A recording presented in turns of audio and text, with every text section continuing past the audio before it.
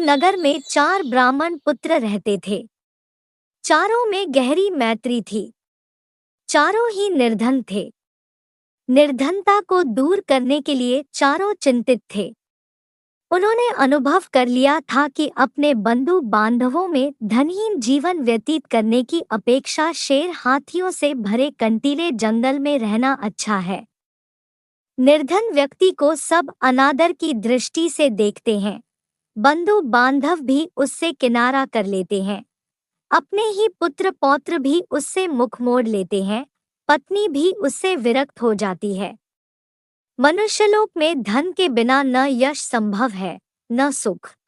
धन हो तो कायर भी वीर हो जाता है, कुरूप भी सुरूप कहलाता है और मूर्ख भी पंडित बन जाता है।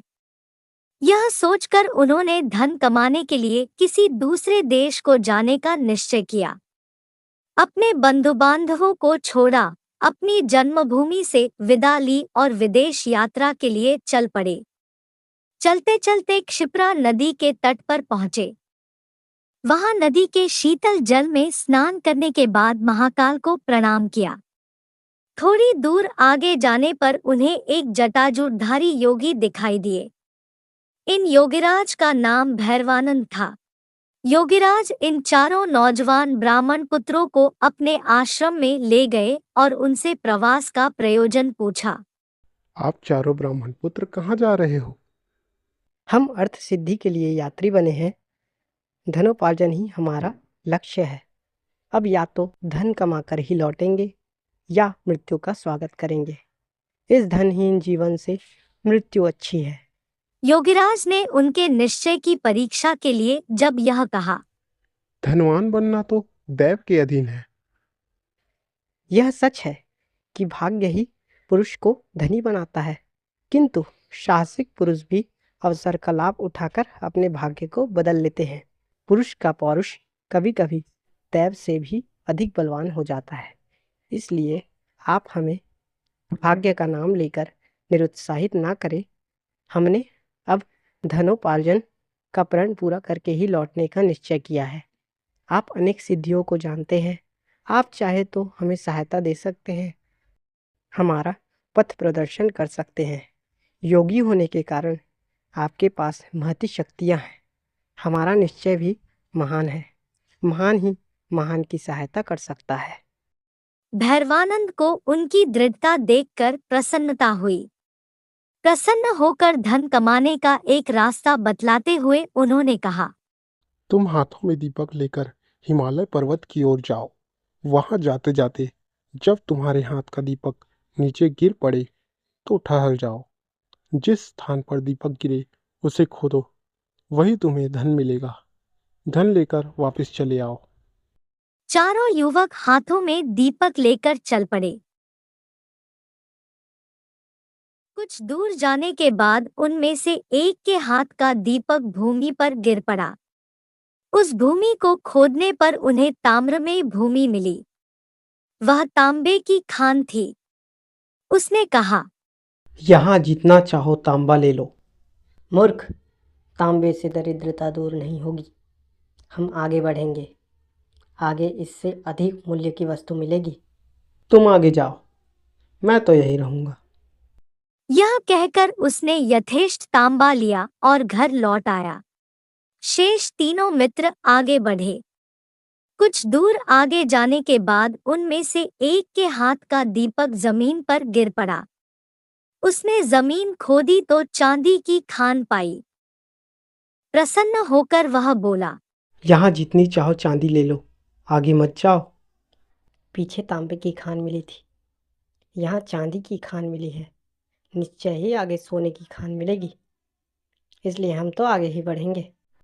यह कहकर दोनों मित्र आगे बढ़ गए। उन दो में से एक के हाथ से फिर दीपक गिर गया। खोदने पर उसे सोने की खान मिल गई। उसने कहा, यहाँ जितना चाहो सोना ले लो। हमारी दरिद्रता का अंत हो जाएगा। सोने से उत्तम कौन सी चीज है? आओ सोने की खान से यथेष्ट सोना खोद ले और घर ले चले। मूर्ख, पहले तांबा मिला था, फिर चांदी मिली, अब सोना मिला है। निश्चय ही आगे रत्नों की खान होगी। सोने की खान छोड़ दे और आगे चल। किंतु वह न माना। उसने कहा, मैं तो सोना लेकर ही घर चला जाऊंगा। तूने आगे जाना है तो जा। अब वह चौथा युवक एकाकी आगे बढ़ा। रास्ता बड़ा विकट था। कांटों से उसका पैर छलनी हो गया।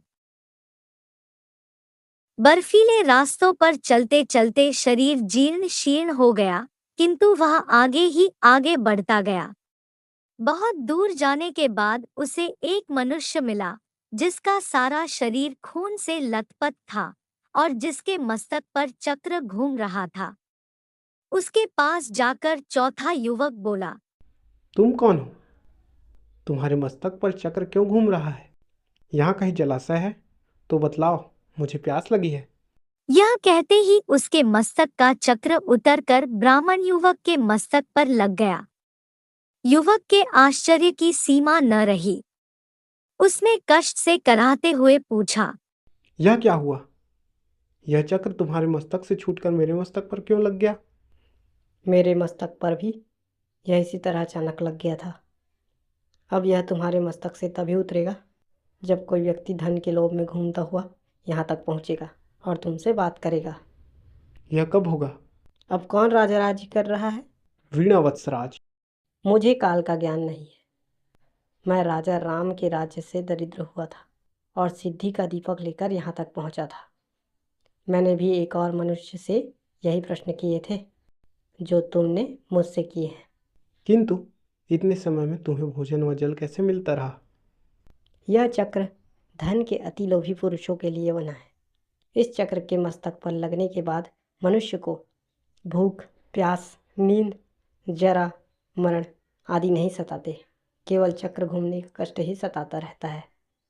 वह व्यक्ति अनंत काल तक कष्ट भोगता है। यह कहकर वह चला गया और वह अति लोभी ब्राह्मण युवक कष्ट भोगने के लिए वहीं रह गया।